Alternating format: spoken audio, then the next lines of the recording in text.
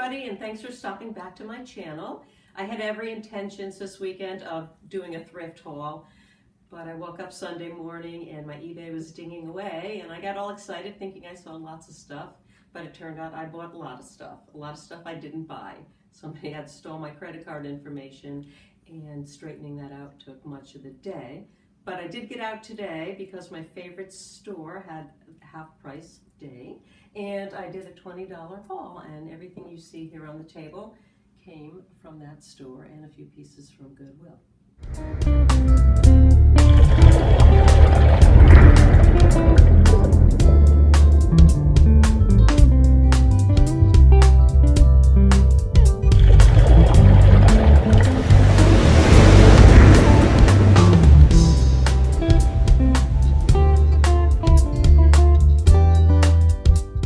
I got these at the Goodwill today. I got a set of 5. They're Georges Briard and they're mid-century. And what I like about Georges Briard is everything is signed, and Goodwill hasn't really caught on to the fact that they're collectible and fairly expensive. So I was able to pick up a set of 5 of these at a really good price. And I've also had my eye for the last few weeks on this plastic in tile Georges Briard mid-century cheese platter. And they're really hard to find in the plastic, and it was half price today, so I grabbed it. I kind of have a thing for vintage milk glass mugs. I've got a ton of them out in the garage, and maybe someday I'll get around to selling them. This was 75 cents, and it was half off of that, and it was made by the Federal Company. I don't know if you can see it, but it does have the F in the shield on the bottom, and it's in really good condition. I got this really nice, what I thought was a dinner plate and a saucer.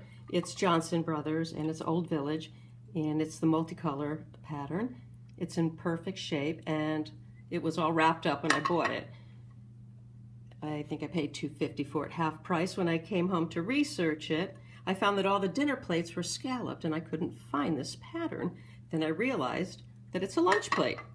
It's not a cup and saucer, it's a set. So I thought that was a really good find. It's in great condition. 2 Royal Staffordshire English bone china plates. Together they were $1, well, $1 a piece. Paid $2 for the both of them, and they're in great condition. Picked up this very pretty, very dainty, a pale pink vase, and mostly I picked it up, not only was it cheap, but it had a tag on it.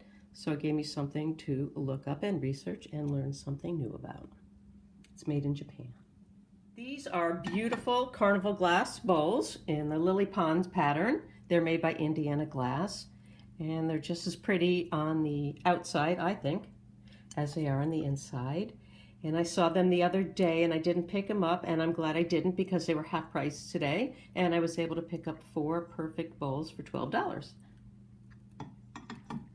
I picked up these 2 KIG Indonesia trellis pattern sandwich glass bowls.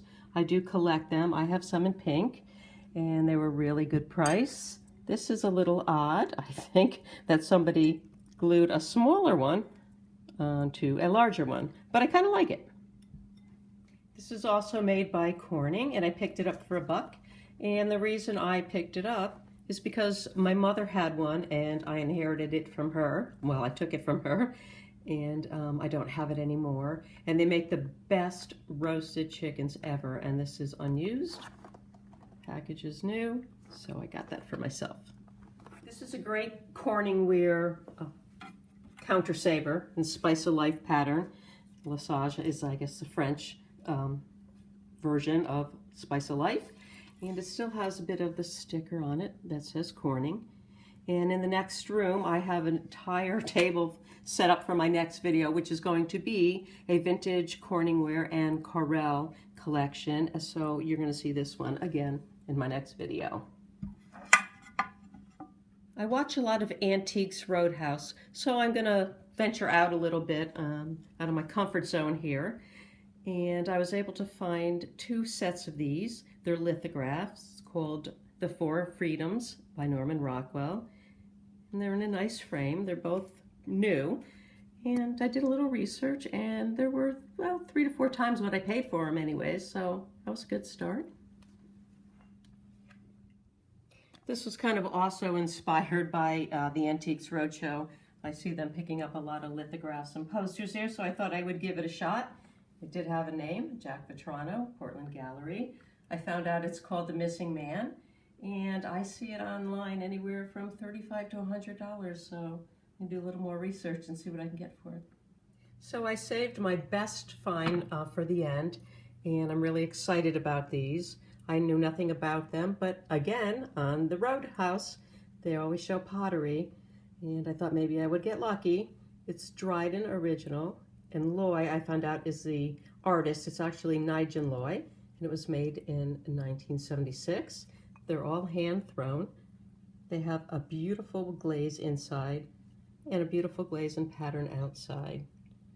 They're all a little different because they are hand-thrown. I was able to pick up this whole set of 6 for $3.50, and I did a little research, and I think I could sell them from anywhere between $75 and $100. So I'm on my way. Thank you, Antiques Roadhouse. So thank you for joining me. It was a great haul. I hope you enjoyed it too, and I'd love to hear your comments. So thanks again, and we'll see you real soon. Have a great night.